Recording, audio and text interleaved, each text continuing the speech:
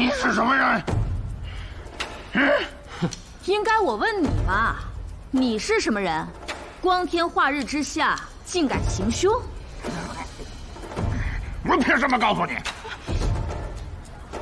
你他为什么杀你？我也不知道啊。你为什么杀人家？为什么？我不能说，规矩我懂。你们几个愣着干什么？给他捆了！捆！谁敢？你跟我走一趟。哎，女侠去哪儿啊？我还得做生意呢。那就先别捆了。啊？你这刺客还起得来吗？起得来就接着杀人。女侠，我跟你去便是，但是去哪儿啊？雍州府。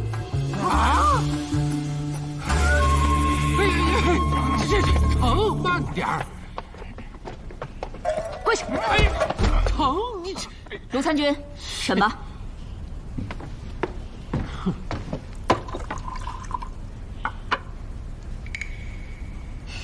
你俩谁先说呀？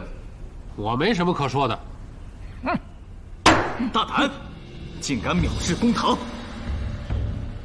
那就从你这个鬼市第一刺客说起。说，何人雇你行凶？我肯定不说。你可知这是什么地方？是的，雍州府。但是我不能说呀，刺客的规矩我懂。你是假老实，还是真装傻呀？啊，我不傻。我不傻。我虎神通绝对不能辜负了刺客的名头，我就是不说。苏明，碰到这样的，若是你审，当如何呀？碰到这样的，我也没什么办法。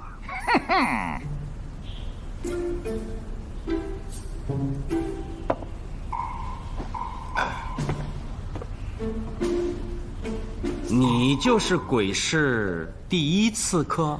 他是这么说的。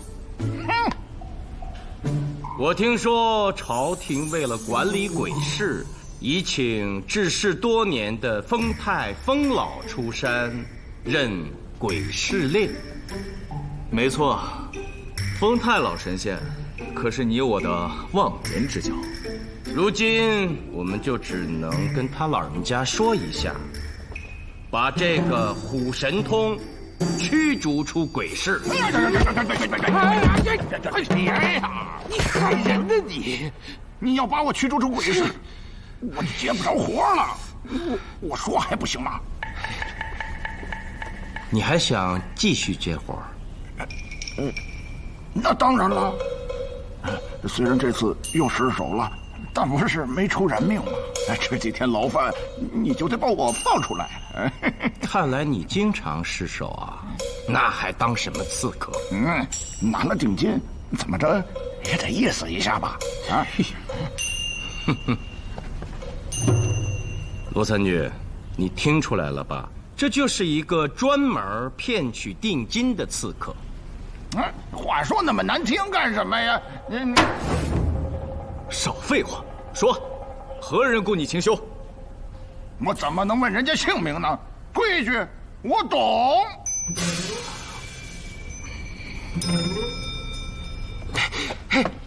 上官，我说一句啊，他是杀手，他被别人雇来杀我，我是被杀，我又没有作奸犯科，你们帮我做事是吧？哎，赶紧把我放了，我还得回去做生意呢。卢参军，裴小姐来了。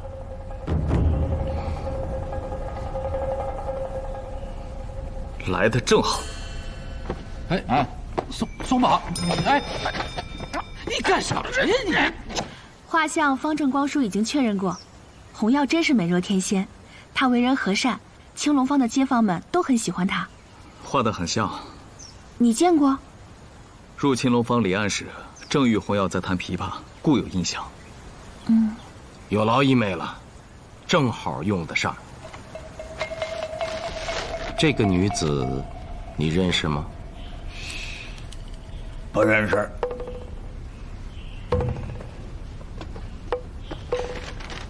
你认识吗？我不认识。哦，今日在孟宅，你是这么问我的。请教这位先生，里面死的可是洪耀啊？是啊，当时就说了，我根本不认识什么孟家娘子。我可没说这画上的是孟家娘子洪耀。罗三军，他不老实啊。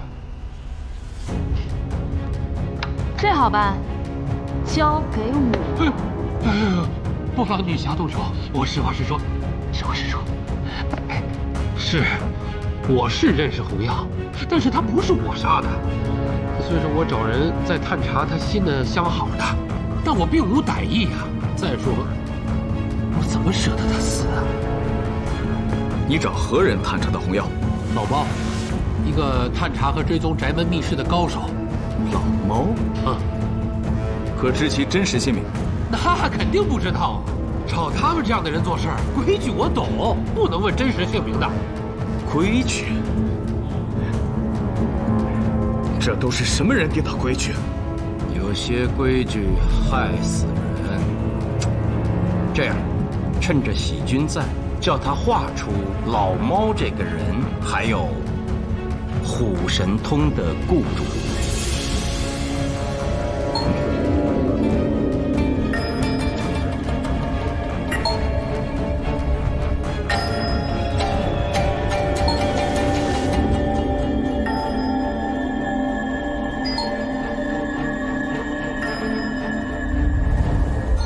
你是暗探总监，你说这两个人应该怎么查？这两个人，等一等，一休，卢凌风，钱正和虎神通所描述的看似大相径庭，但实则却极为相似。不对吧？这两个人长得完全不一样，神态也不同，而且我觉得差着10几岁呢。在不同的心境下，同一个人也会有不同的神态。但为人画像最核心的是眉宇间的结构。我虽然不敢完全确定，但有种预感，钱正和虎神通所见的是同一个人。我怀疑，这个胡须是伪装的。因为，那能否去掉伪装？我正有此意，我试试再画一张。甚好，有劳喜君了。需要多久1炷香的时间即可，但我需要一个人安静的画。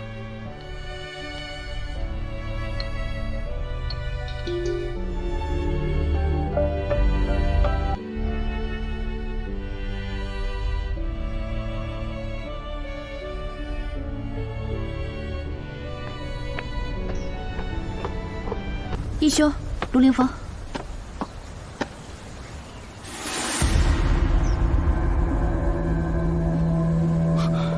喜君，你见过孟令史？令史？哪儿的令史啊？哎呀，如今苏山殿生意甚好，喜君忙得不可开交，当然没有见过孟不疑。孟不疑，这名字倒是蛮有意思的。卢参军，卢参军，苏先生，小姐，我废物，在鬼市上把孟不疑跟丢了。哎，这是小姐画的吗？还真像，不如拿此画像缉拿他。不可，叫所有人来看此画像，秘密抓捕孟不疑。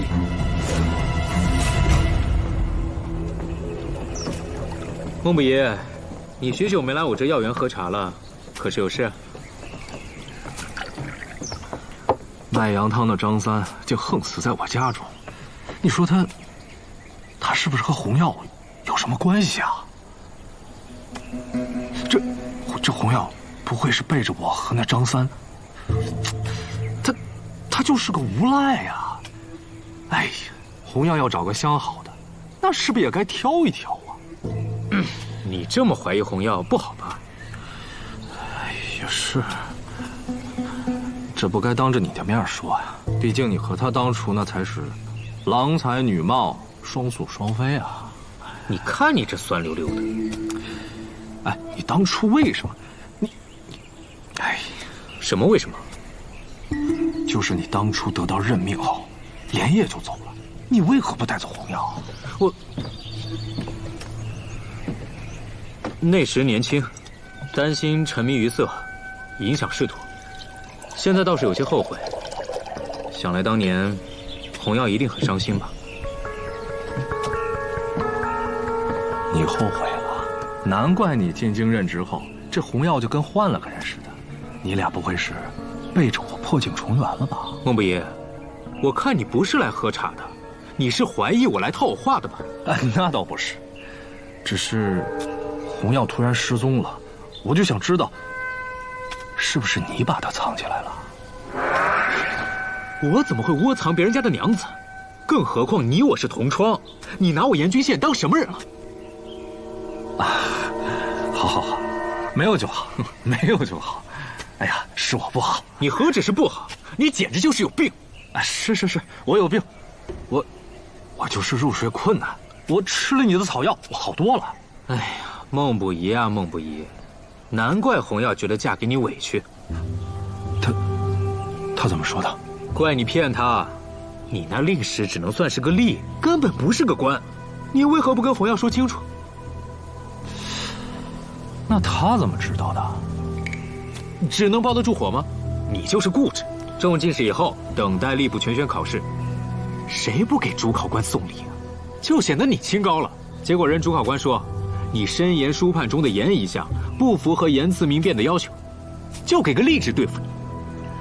是，不过还有机会。陛下登基后，整顿吏部了。你也太幼稚了吧！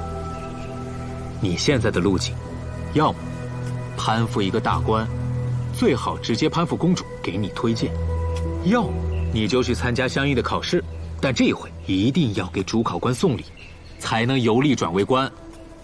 不然，你就当一辈子吏，永远别指望红药看得起你。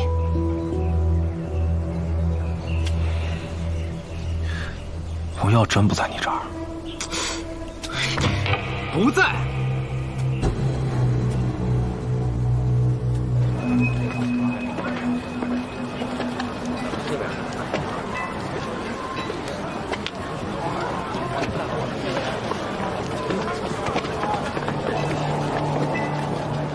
跑啊！我为何要跑？在鬼市，你跑得不是很快吗？那是他们要杀我，可我救下你之后，你跑得更快。你不是歹人，你是雍州府的，拿下！哎，你们为何如此对我？卢参军，孟不疑带到。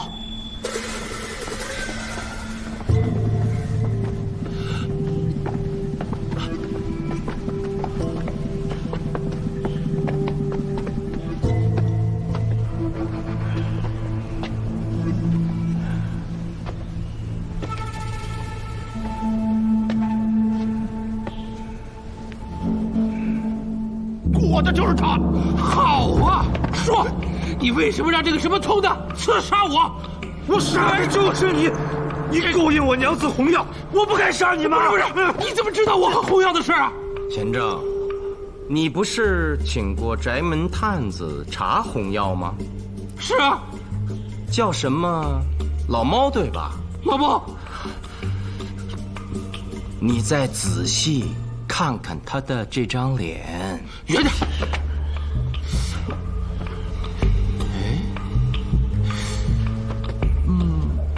过来。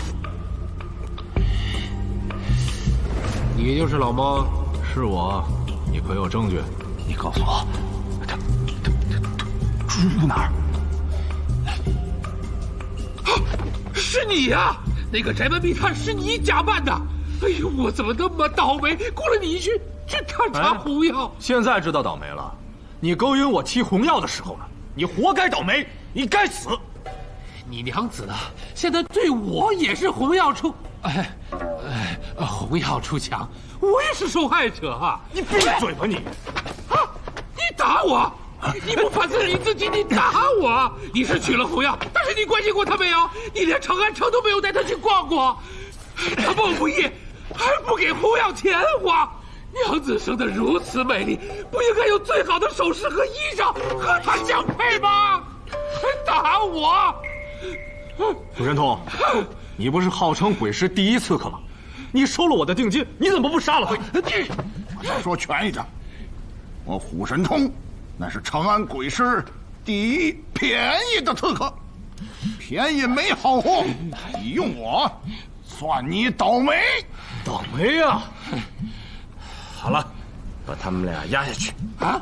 哎，不是，打我怎么算呀？走！哎呀，我怎么这么倒霉呀？哎呀，孟不疑呀，孟不疑，你是户部令史，要处理户籍、均田、共赋的事宜，还要协助上级官员进行相关决策。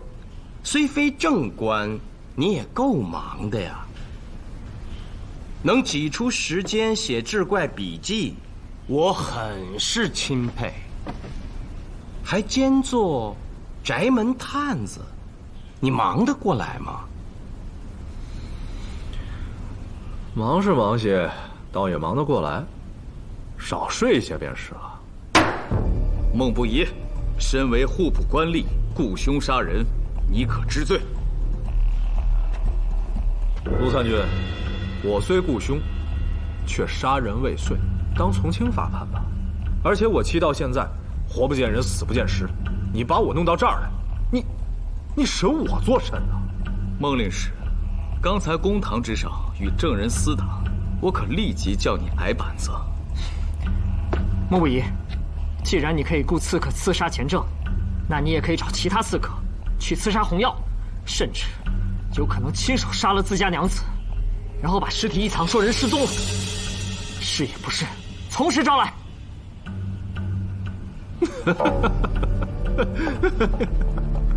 陆令凤、苏明，二位可是破获过参天楼诡案，识破天惊，成佛寺缉拿魔王，名震长安。难道就这点本事，让一个小娃娃毫无证据的在这公堂之上喋喋不休？这太可笑了！薛系长，多嘴了。请问孟令史，昨夜你在干什么？公谢夜职。可是有寄居郎见你回了家，而且是翻墙而入。没有。要证人与你当堂对质吗？来啊！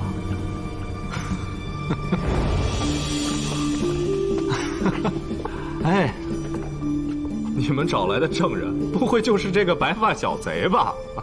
我家床榻上的头发是不是也是他的？还什么寄居郎？我看他就是个贼，你们连贼的话都信啊？我不是贼，我真见你跳墙进去了。我离你那么近，你出去的时候是走的门，你还夹着一摞纸。你住口！我昨日就在户部夜职，根本就没有离开过公廨。老书吏可以给我作证，我孟不疑虽只是户部小吏，但我起码是正人君子吧？你们不信我的话，却要信这个白发小贼的吗？他完全是血口喷人！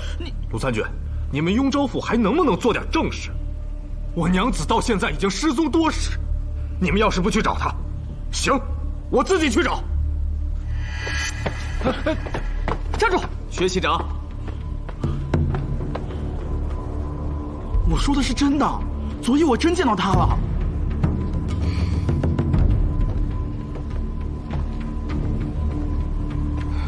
薛欢，继续跟着，莫跟丢了。是。阿江，你之前的供词中，孟令史走后，洪耀是和另一个人一起走了出来。对。可记清那人的长相？记得，大概。等一等，你不必跟我说，去跟喜君小姐说，记住了，说得越清楚越好。是。苏明，哎，兵分两路吧。让我去户部，有这个必要吗？我倒觉得孟不疑可信。他的那个志怪笔记我都看了，能把故事写得这么好，人品往往都不差。比如我苏明。哎，行了行了，别自吹自擂了，目前也没有别的线索了，还请暗探总监辛苦亲自跑一趟。哎呦，使不得，毕竟我还拿着月俸呢，一点都不辛苦啊！我这就去。哎，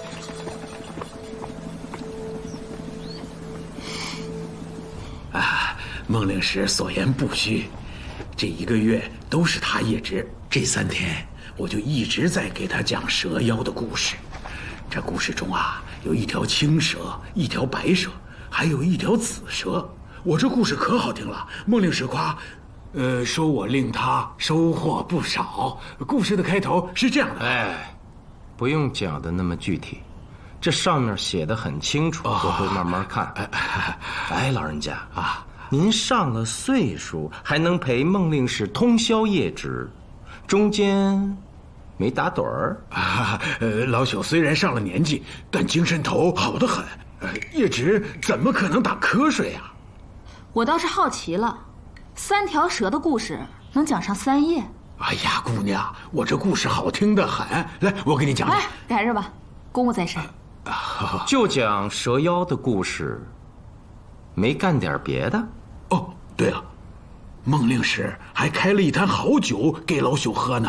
你不会是酒喝多了睡着了吧？哎，这叫什么话？老朽虽然上了年纪，但论酒量，长安城内无敌手。长安城内无敌手啊！哎呀，巧了，我也认识一位老人家，酒量甚大。他号称什么来着？反正我觉得你们俩应该较量较量，看看谁的酒量大。哎，行啊，哪里较量？谁出酒钱呢？当然是他出。好，他是个老板，最近刚开了一家苏山店。苏山，我听说过，有名的很呐。苏山下酒，咱这就走。这就走。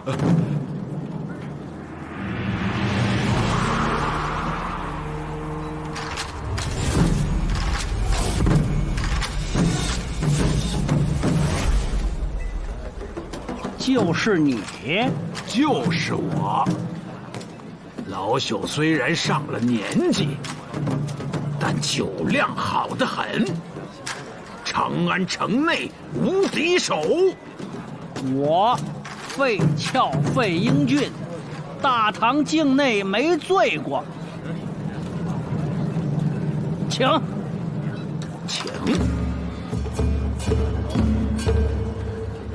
哎呀，这费老板陪人拼酒去了，你我照顾生意吧。走。哎，诸位排队辛苦了，本店已增加人手制作苏山，只要耐心等候，都能品尝到美味。好，怎么样了？画好了。小姐真是神人，画得太像了。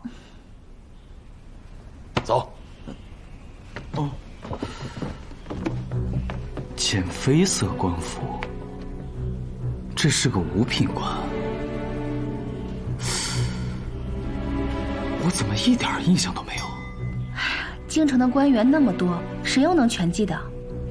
那当如何去找？当然是去吏部了，不用去问尚书、侍郎，只用问在吏部供职已久的小官，他们的人最全了。甚至每个官员的籍地、家世、特长、嗜好、哪年的进士、师从何人，都一清二楚。对啊，令尊曾为吏部侍郎，这事儿听你的准没错。请喜君同往，如何？好啊。哎，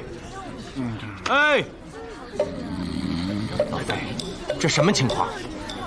我是用了醒酒珠，可是他才喝2碗就倒了，早知道根本用不上这个宝贝。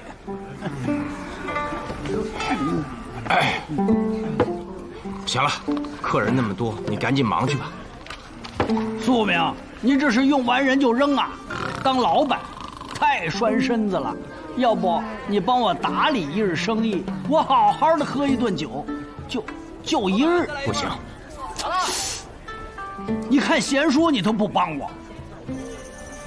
我有个预感，探破此诡案的线索，就埋在这志怪笔记中。行了，你快忙去吧，别打扰我了。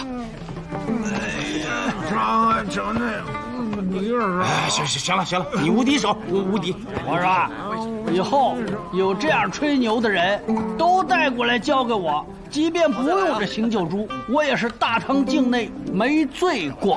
嘿，你忘了昔日在云顶，你喝多了被人掳走了，泡在那酒池子里，差点被淹死了。那是着了坏人的道，不算数。掌柜的，再加一份红豆酥山。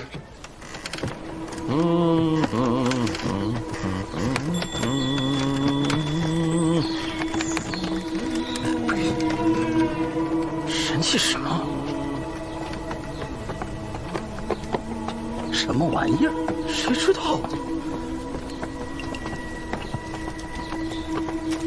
哎呀，严城啊，对这个仆人真是太好喽，吃喝都和自己一样，也不见指使他干活，养得跟个大爷似的，成天就在那里晒太阳、嚼薄荷叶。我还看到过严城亲自给明石洗薄荷叶呢。我要有这样的主人，我也愿意当仆人。谁说不是呢？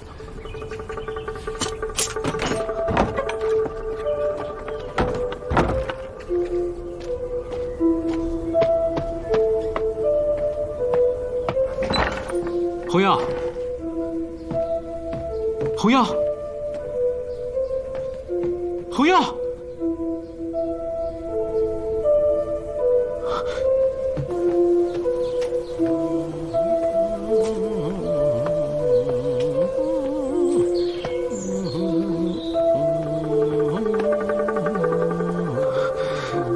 主人，红药失踪，是您所为。真离不开那个女人啊！你忘了7年前是我不让你跟她天天腻在一起，按着你的脑袋临阵苦读，才考中了进士。否则，现在还是岭南山里的一坨牛屎。就算我娶了红药，也不会影响我是您的仕途之路。闭嘴！想什么女人？你现在给我老老实实的种天麻，这是当今天子最大的喜好，而你已经足够幸运了。一个8品官，准你穿飞袍，被视同5品，比你上头的太医令还要高。这些都是我运筹帷幄的结果。你不对我感激涕零，还来质问我？主人，求您了，红药不会耽误我仕途的，我一定尽心竭力，争取当上太常司卿。那怎么行？我要让你一步一步的往上爬，给我染指宰相。到那个时候，我这个没资格考取功名的药材商人，就可以做长安的幕后之王了。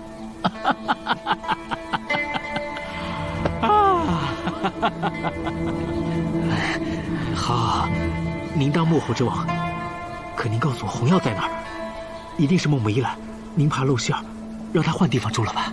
这不关你的事。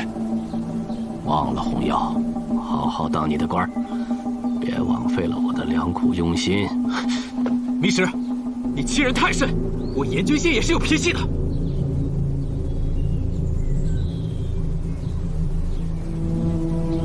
还敢对我使脾气？还严君羡？你是不是忘了自己的本名？水姬。干什么呢？连长，这厮敢对您不恭，我们替您教训他。打他！使劲打！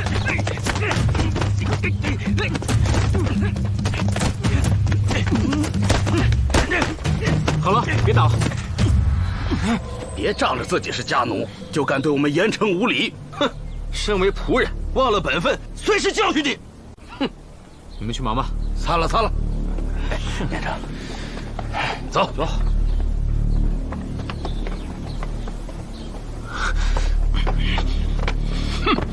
主人，我刚才无法阻止，否则他们……你给我住嘴！主人息怒，最近总想起在岭南的日子，您叫我读书，准备考取功名之前，虽只是您的家奴，但那个时候，真是无忧无虑。哼！你以为我喜欢这傲慢的北方？连新鲜荔枝都吃不到。要不，我们回去吧，像西晋的张翰那样，秋风起，便有纯卢之思。你可以啊，还知道纯卢之思？接下来你想说，让我允许你娶红药为妻，然后生孩子，尽享天伦之乐？你想得美！严城，雍州府来人了。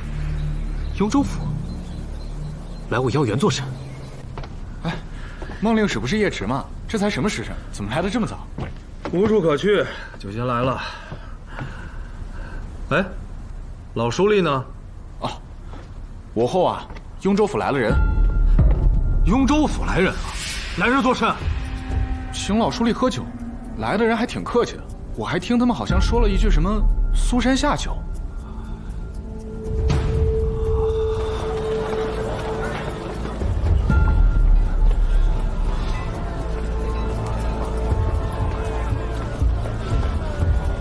看这上面。终于来到了。回去好好试试。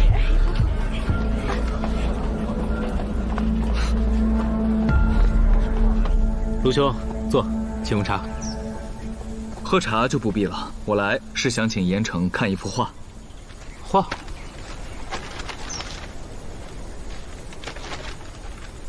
这谁画的我呀？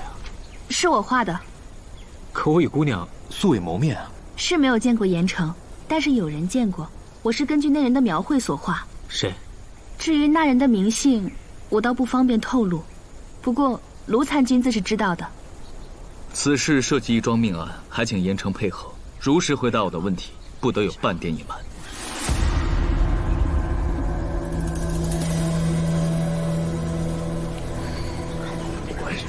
如果在这儿严城有所顾忌，可随我回雍州府。只是在此之前，需你的人配合我的人，将药园及严城的住所仔细搜查一遍。见过严城。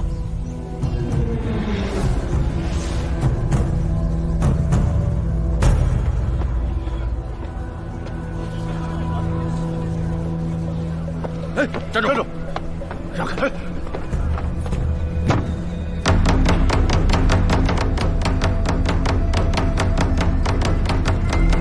何人击鼓？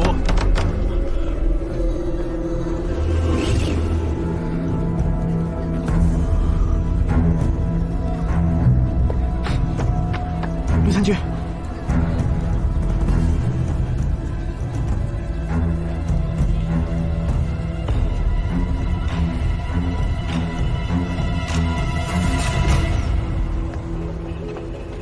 有何建议？问我？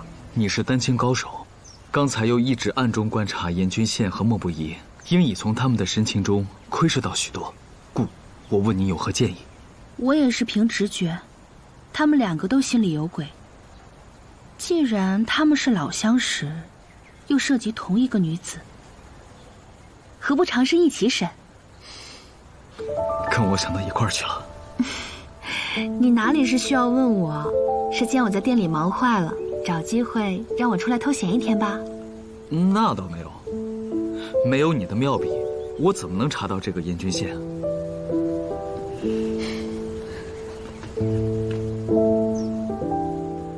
喜君于我至关重要，不只是协助我探破诡案。我承认，我作业。回过家。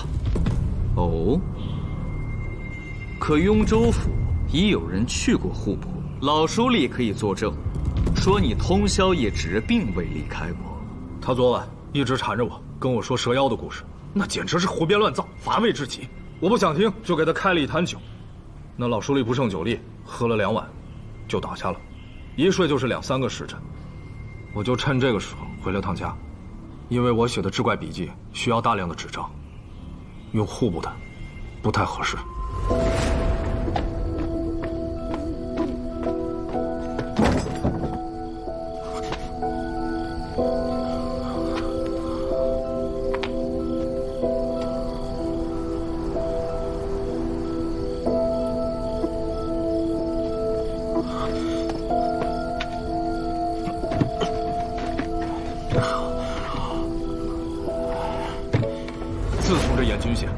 回京夫人后，我和洪耀就不和睦了，所以我一直怀疑他。我进院后，看见屋里亮着蜡，我就上前使劲敲门，我就想吓他们一下。洪耀，开门！谁呀？我，快开门！来了来了。今晚不是夜值吗？怎么这么快就回来了？哎，你看什么？你回来捉奸的吗？我问你，我先问你吧，你告诉我你在户部任职，但是令史就是个小打杂的而已，光在户部就有5、60个，不但职位卑下，且不入官品，你还想骗我到什么时候？谁骗你了？令史虽小，但职责颇重，那也是9品。得了吧，留外品阶跟留内正官能一样吗？居于令史位上7年，但凡以我为念，你就不会天天去写那些志怪而不思进取。你把我休了吧！你说什么？把我休了！休了你，你好和严君贤破镜重圆，没门儿！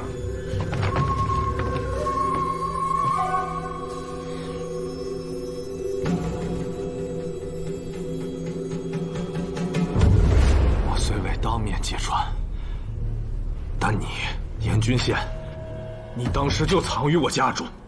你说，你到底藏哪儿了？莫不疑，你说你娘子与他人有私，可有证据？有啊，我当时一进屋，我就看见一双褐色的靴子就藏在床下，我看着一清二楚。就这双。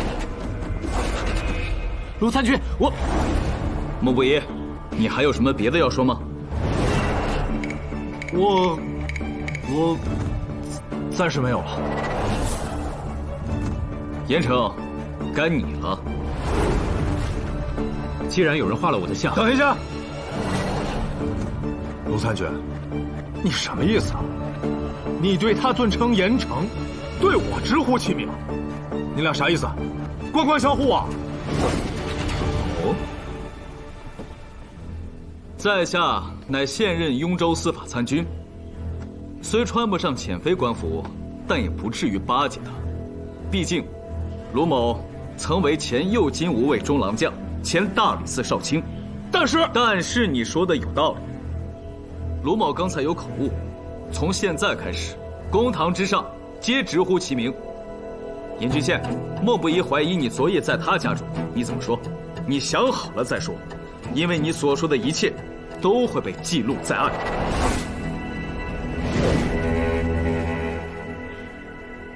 既然画了我的像，那就有人看见我出入孟宅了。再说，我又没做什么见不得人的事儿，有什么不好承认的？好你个严君宪，你趁我夜知，撕毁我娘子，我去你！坏了不要又如何？本来就是我的。公堂之上，成何体统？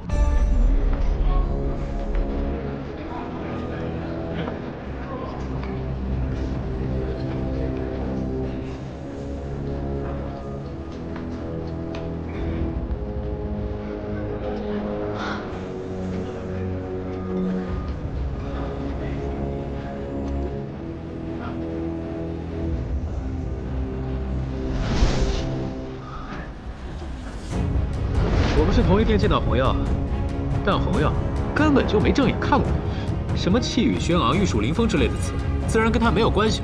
来到长安赶考前，他就是个乡下的捕蛇人，他没钱更格外小气，你说谁看得上你？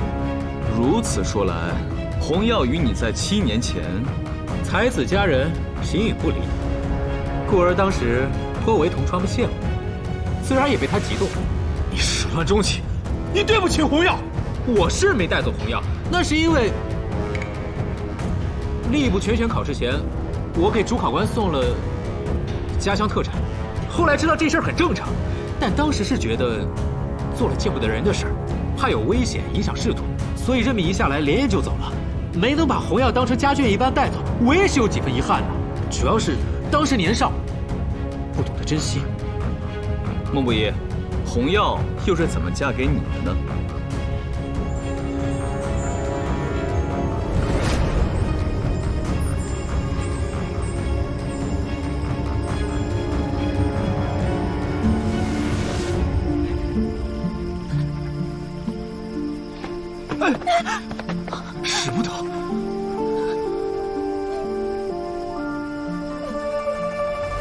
好你个孟不疑，你就是乘人之危，才博得了洪耀的芳心。严君羡，洪耀险些为你轻生，你这么说不合适吧？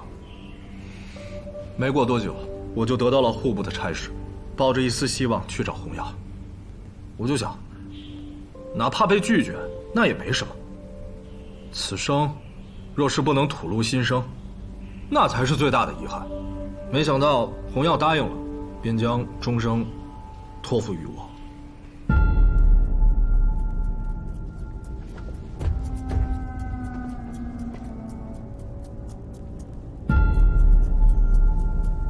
哎呀，老飞，快过来看，这是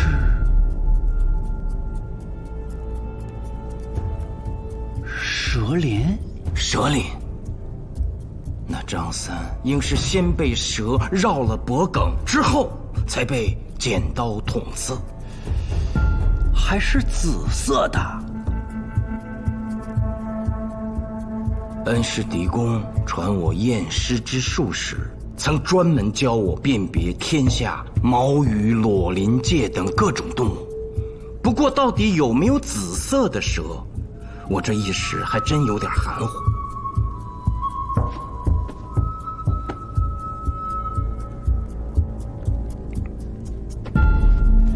待我把这段看完，也许就有答案了。看完？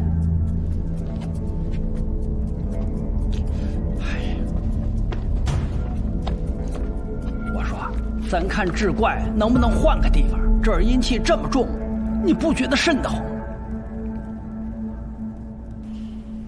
洪耀出身琵琶女，久在歌楼，那性子朗然，爱热闹。而我则是个漠然之人，故他嫁我没2年，我们就开始拌嘴。这些年，我一直在写志怪杂书之类的，神神鬼鬼的，更是少了人间情趣，所以我俩之间的磕绊就更深了。洪耀是幽州人，他来到长安后，直接进了平康坊，对京师其实很陌生。他曾叫我带他逛逛长安，但我怕花钱，就以公务繁忙为由推脱了。现在想来，真是不该。哼，你太不该了。有一阵子，我俩一吵架，他就去坊间的小广场给跳舞的人们弹琵琶伴奏，时间长了变成了习惯。对此，我很是担心。虽然跳舞的以女子居多，但围观的多是男子啊，所以我经常梦到他。故而心神不宁，都睡不着觉。哼，你是因为怀疑洪耀才睡眠不好，早知道我才不给你开什么方子。哎，知道事情原委，禁止互相诋毁。那我怀疑的有错吗？他回到长安后，经常假借拜访同窗之名来我家，那就是为了洪耀。洪耀能重新回到我的怀抱，那是因为你一直隐瞒官与吏的区别，以致洪耀非常生气。回哪儿？你再说一遍。回你的怀抱啊！我说重新回到我的怀抱，那只是打个比方，其实根本就没有的事儿。直到昨夜我去他家，也是因为洪耀求我，让我为他这个不争气的男人想想门路，帮他从吏变成官。谁信啊？就你说的这，你有必要脱鞋上床吗？你是我跟洪耀互诉衷肠，情不能已。我是脱了靴子，上了床。洪耀，我们离开长安吧，远走高飞，去一个没有人认识我们的地方。怎么可能？你不做官了？为了你，我心甘情愿。这孟不疑不是叶迟吗？是啊，怎么突然回来了？哎，快，进去！快！原来你就躲在床底下，早知道我当时就应该把你救出来。进门的不是你，啊？是青龙坊卖羊汤的张三。我是听洪耀叫他张三来着。当时我在床底下发现自己的靴子没操好。怎么是你？怎么没想到？还遇了别的相好啊？张三，你个臭赖，你给我出去！错什么？你说我做什么呀？你再过来，我喊人了。你喊呀！我可有年头没听你喊了。想当年我张三有钱的时候，也包过你这平康坊的花魁呀。我已嫁作人妇，不再是从前。你若还不走，我报官抓你。报官抓我？啊！你别以为我想占你便宜，说正事，银子在哪儿？我男人就是户部小吏，哪有什么银子啊？你知道我不好糊弄，要是不说出你家银子在哪儿，就是我掐死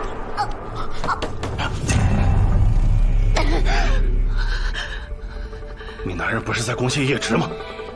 我如花似玉的，男人自然不放心，每晚定时回来看我，要不然我怎么会给你开门？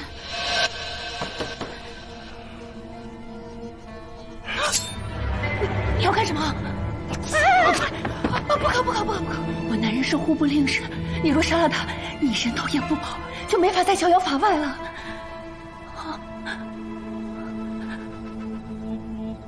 我躲起来。不可！这里，进去。别多嘴，否则我把你们俩都宰了。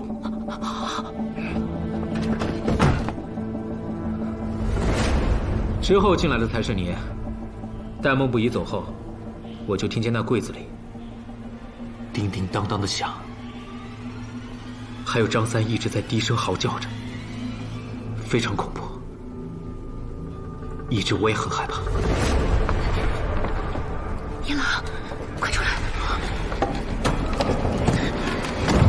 先。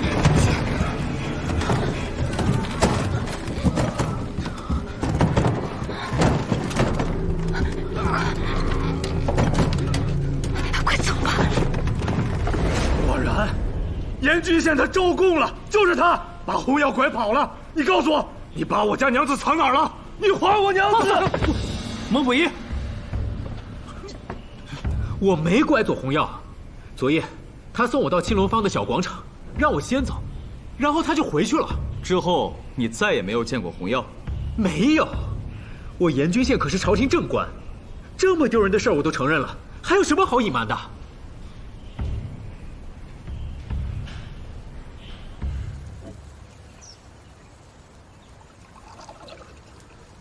你觉得如何？这个案子很有趣，明处甚明，暗处甚暗。哦，明处甚明，暗处甚暗。说得好。严君县和孟不疑没有一个简单的，他们好像都以巨石招供，实则又有所隐瞒。你说的没错，我也有如此想法。现在的证词中，他二人皆无实质罪证，只能放他们先走了。幸好你画出了红药的人像，我已下令附会了100张，分发给全城业职的差役，全力训练。我知道了，是蛇。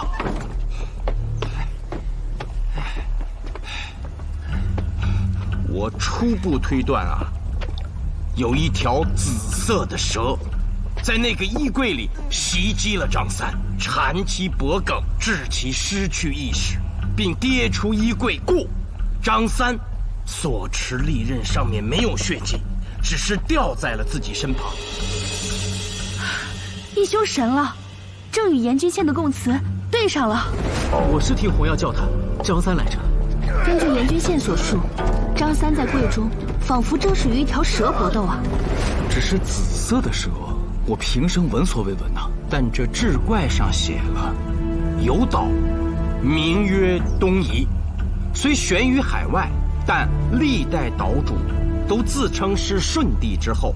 岛上特产奇石怪树，上面还有很多种动物。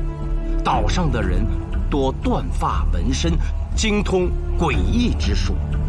开唐之初，武德年间，东夷岛主跋涉数月来到长安，却觉得没有受到鸿胪寺的礼遇，就怀恨在心，将所带之特产全都倒进了曲江。这里面就有极为珍贵的药材1瓶子。药材与蛇何关啊？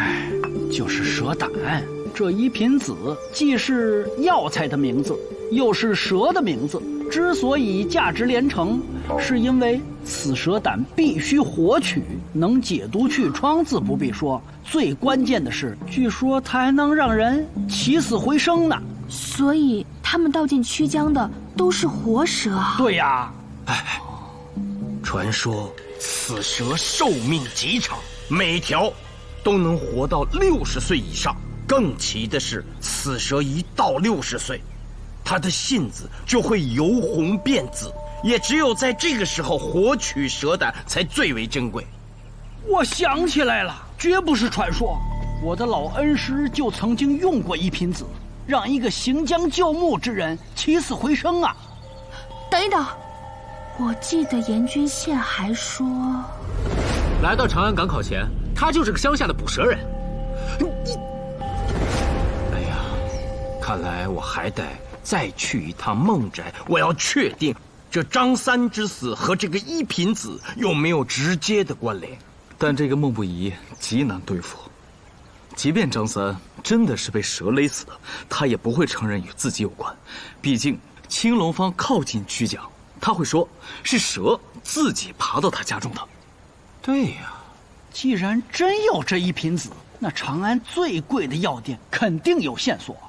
毕竟这些药店的老板都是最有钱的人，像这种能起死回生的药材，再贵都有人要啊。哎，还有，严君宪本就是太医城，也许一品子出自太医署。那我们兵分两路。紫色的蛇见过吗？没有，没见过。见过紫色的蛇，据说每年开春，为了天子游春的安全，殿中省都会清除曲江畔的蛇类，抓到的有时就会就近送到药园。我是今年才做了太医城，监管此药园。上任不久，他们就转过来一条紫蛇，说是能入药，但我真不知该怎么用。那蛇呢？药园里没人会养，喂它它又不吃，过了段日子就不见了，当是钻了地洞逃走了。跟我走，你跟我来这边。请。陆参军，您还是怀疑我管了红药？红药不是被我藏起来的，你们在药园里找又有什么用呢？他们不是在找人，是在找蛇。那条逃走的一品子有没有伤过人？没有。我们这儿离曲江不远，那里杂花生树，蛇应该是爬回曲江了。那条蛇丢失了多长时间了？2个月。我记得蛇丢的时候赶上孟不疑来，我正在给他开助眠的草药。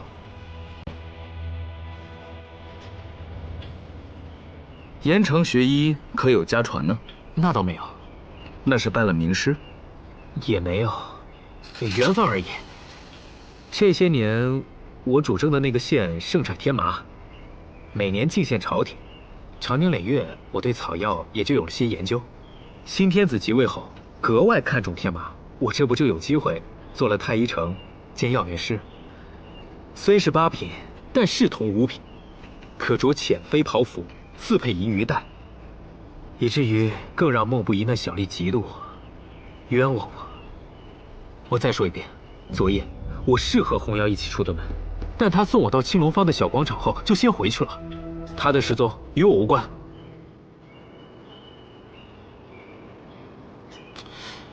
你们再这么死活纠缠下去，改日我面见天子的时候，可是要告状的。严城是在威胁我们呀！少时你陪天子读书，朝夕相处，最了解天子，他会不辨明是非，听信别人的告状吗？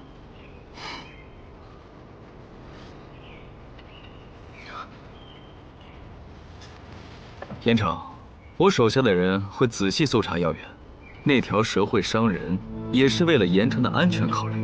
当然了，你这药园房屋众多，万一隐蔽之处藏了人，严城没有发现，他们也会帮你找出来。告辞。卢参军慢走。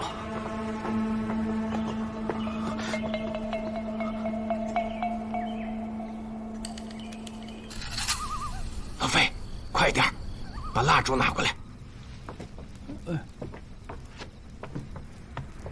高一点。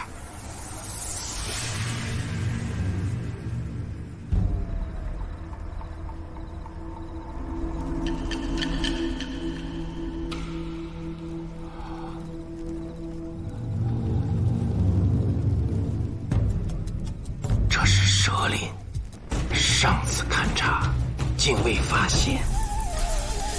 宿命，好像不光有蛇鳞。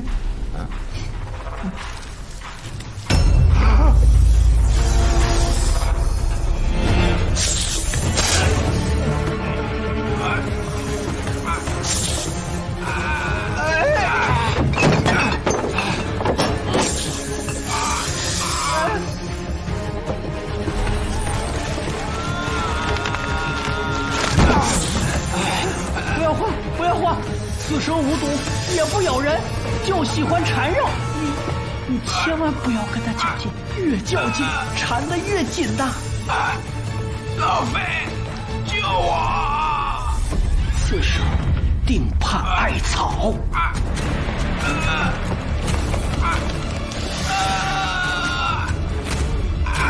艾草来了，艾草来了！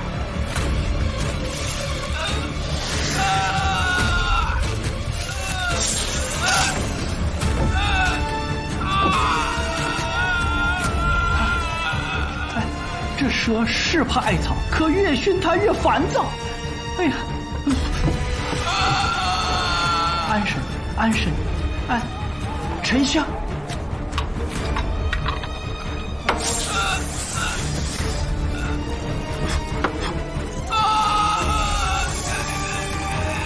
艾草浓烈，与之相反的是温和的沉香。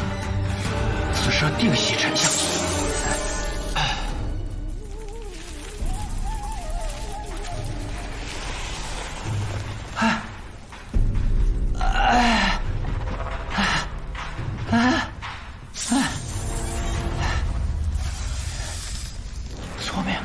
宿命，蛇已经走了，你可别装了。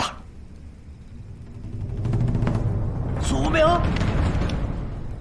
哎呀，我不会把你害死了吧？这。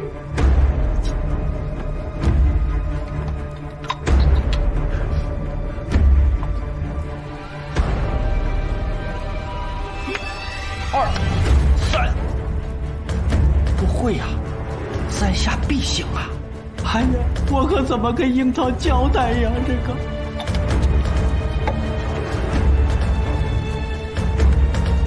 ，1、2、3、4、5。哎呦，行了，行了，行了，行了！哎呦，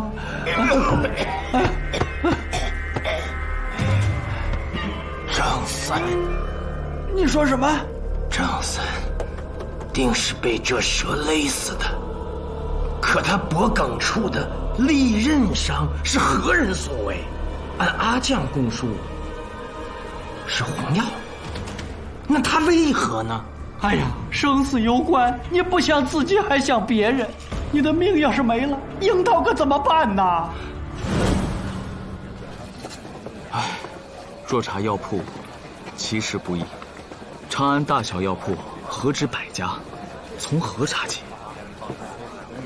那就从西市查起，有家叫康灾药铺的，号称蛇胆全长安最全。二位买蛇胆呢？我们这儿最全了，要什么品相呢？一品子。啊，一品子啊，您确定？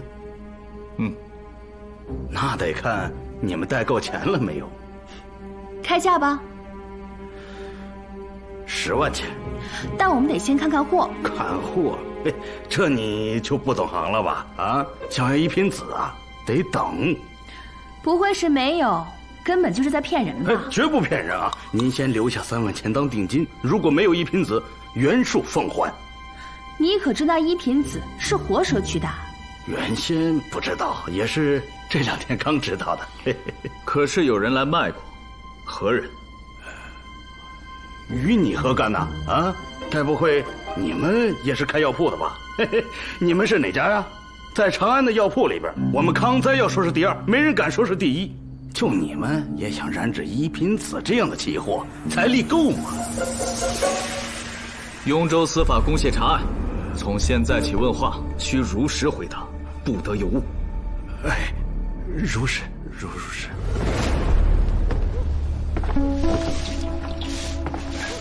哎，客官，本店已经关门了，买药明天再说。我不是买，是卖。手上有什么好东西啊？只要稀缺，价钱好谈。一品子，我带了现货。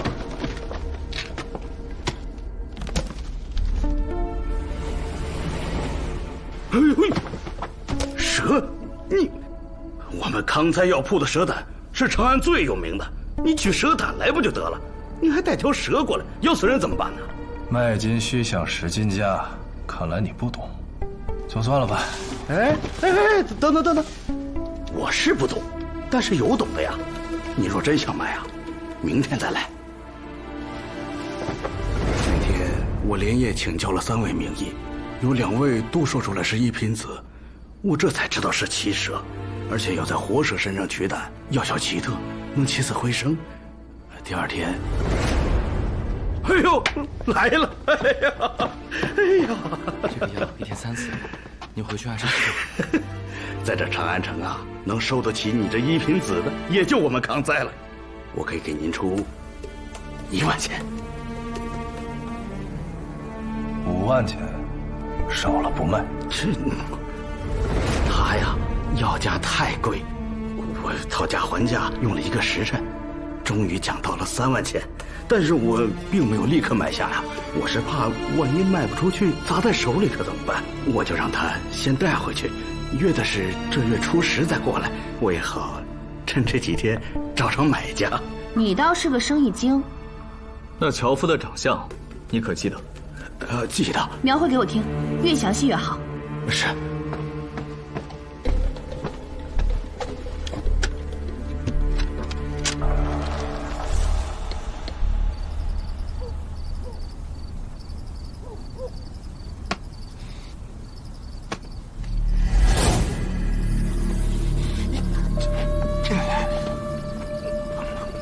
吃多了，走吧，也没什么好赚。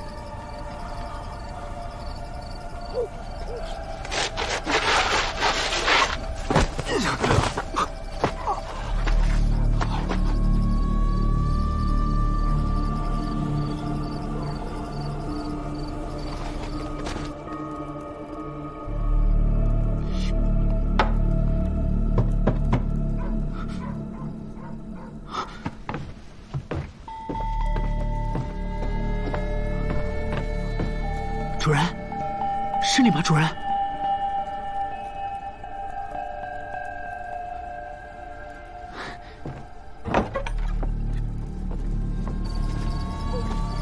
红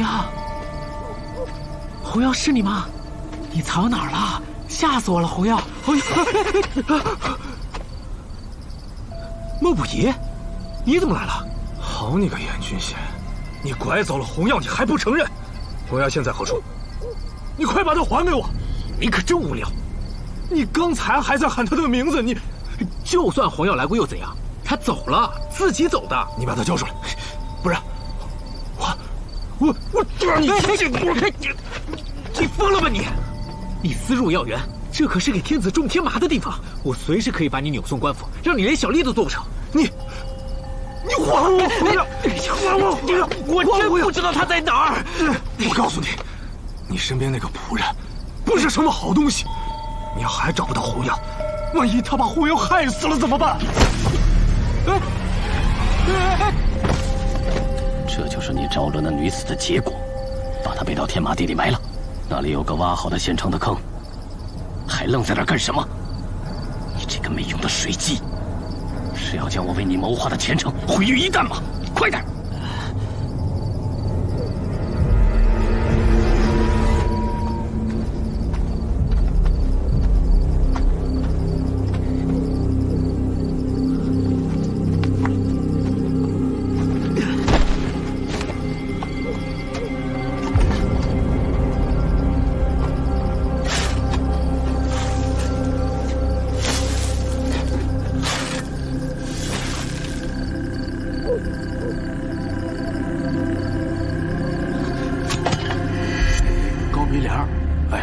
静地呢，脸很白。不必画了。啊。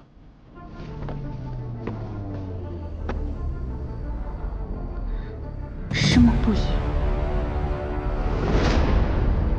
5万次，少。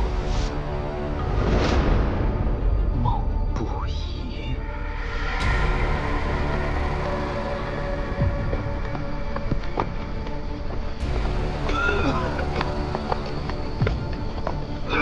苏明，你怎么了？义兄，你没事吧？哎，别提了，刚从鬼门关走了一遭，那条蛇差点勒死我。哦，对，在屋里发现了一条一品子，勒死张三的一定是他。凶手是孟不疑，他曾向药店卖过这条蛇。错，要说直接凶手，只能说是那条蛇，对吧，陆三军？现在要查清蛇勒死张三是不是孟不疑预谋为之。还有一种可能，这条一品子并非是因张三才被养在家的，毕竟昨晚严君宪也来了。我虽然不太了解案情，但听着有点道理。只是孟不疑并未回家，也许仍在户部夜职。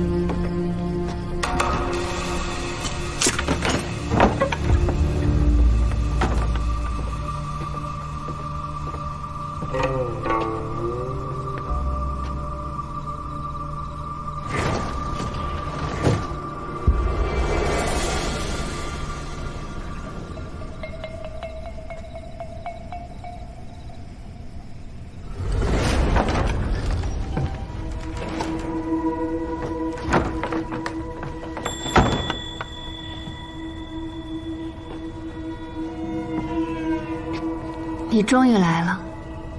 我来是告诉你，离严君宪远点儿。7年前，就是你拆散我和阎郎的吧？那时我常躲在角落里，你居然记得我？当然记得。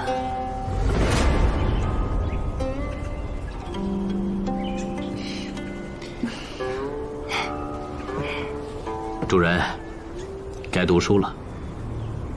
我已准备好了。大考将近，不该温习吗？难道您忘了在岭南许下的宏愿？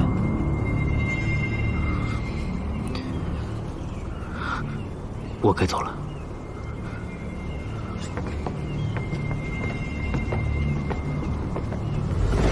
我不叫严君宪接近你，是怕他沉迷女色，考不中进士。有错吗？做了官，便抛下了我，不辞而别，也是你的主意。是。又怎样？你个仆人，为什么要管你家主人的事儿？与你何干？其实最让我奇怪的是，你家主人为什么要听你一个仆人的话呀？这你不要问，对你不好。如何不好？性命之余。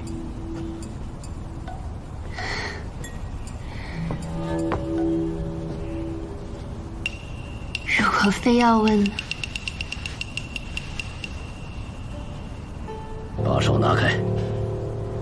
我来本就是要赶你走的，不然就杀掉你。杀呀！意死在你手上。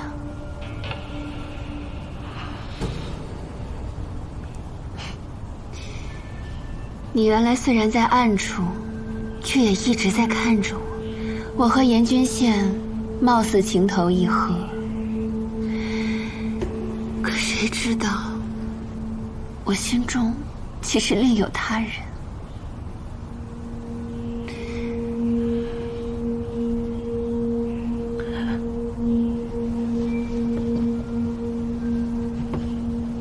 你走吧，再这样下去，会耽误严君羡的仕途。别提他，你难道还不知道我心中之人是谁吗？我与你第一次相见时，就已刻骨铭心。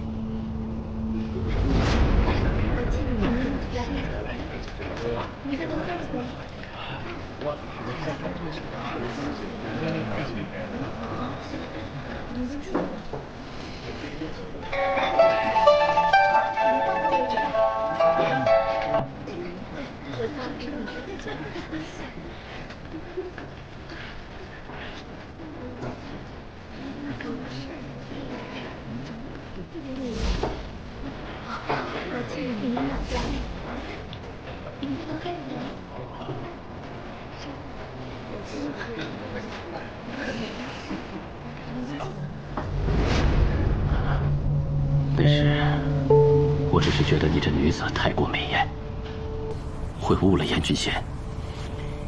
那时，我只觉得你这个人太过木讷，根本猜不透人心。我不年轻了，情爱之事属于才子佳人，与我无关。你说谎竟如此坦然，你一定是经历过大风大雨之人。才子佳人不过是哄骗小孩子罢了。我嫁给孟不疑这些年，同床异梦，心里想的都是你。我猜你的过往一定惊天动地，对吗？你到底知道些什么？7年前我们初相遇之际，我出门前为自己算了一卦，卦上说，那天我将遇到自己一生中的真命之人。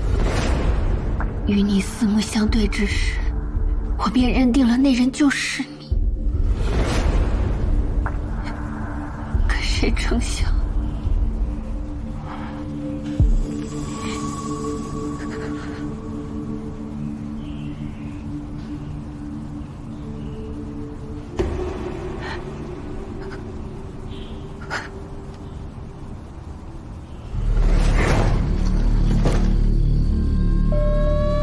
怎么一天都不回来看我？你可是后悔了？后悔？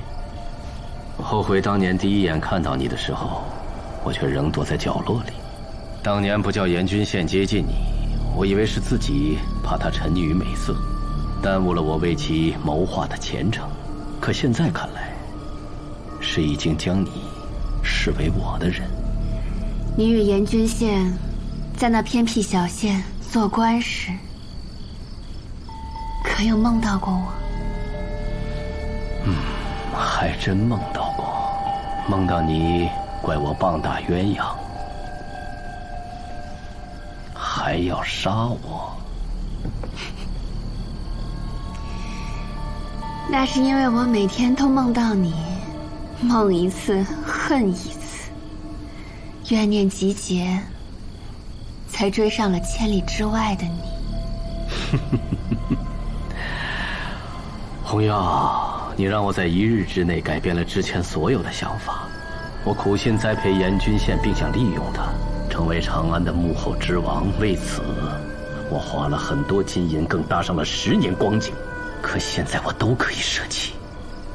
我要带你走。我早就不想在长安煎熬了。那我带你回岭南，那里山清水秀，我家的宅子是当地最大的、最好的。家里的别院比太医署的药园还要大许多。我若同你回去，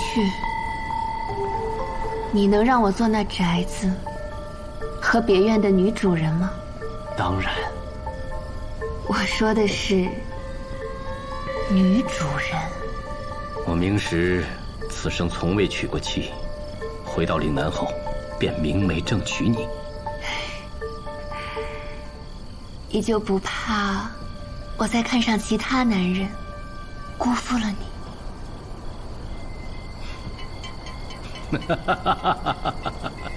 我若说出自己先前的身份，恐怕你永远都不敢背叛我。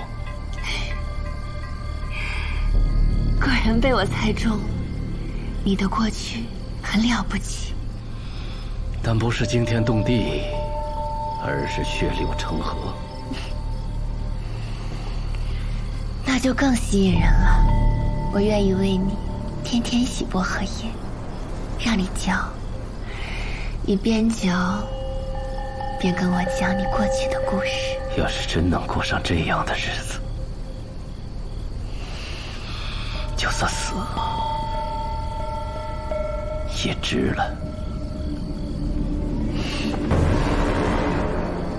他怎么办？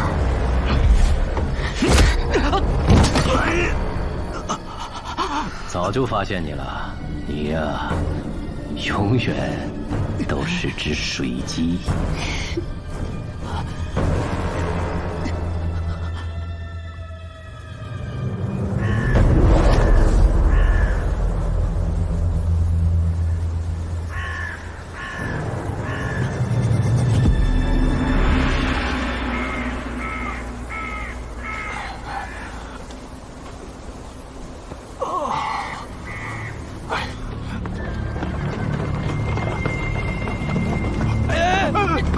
小心点啊！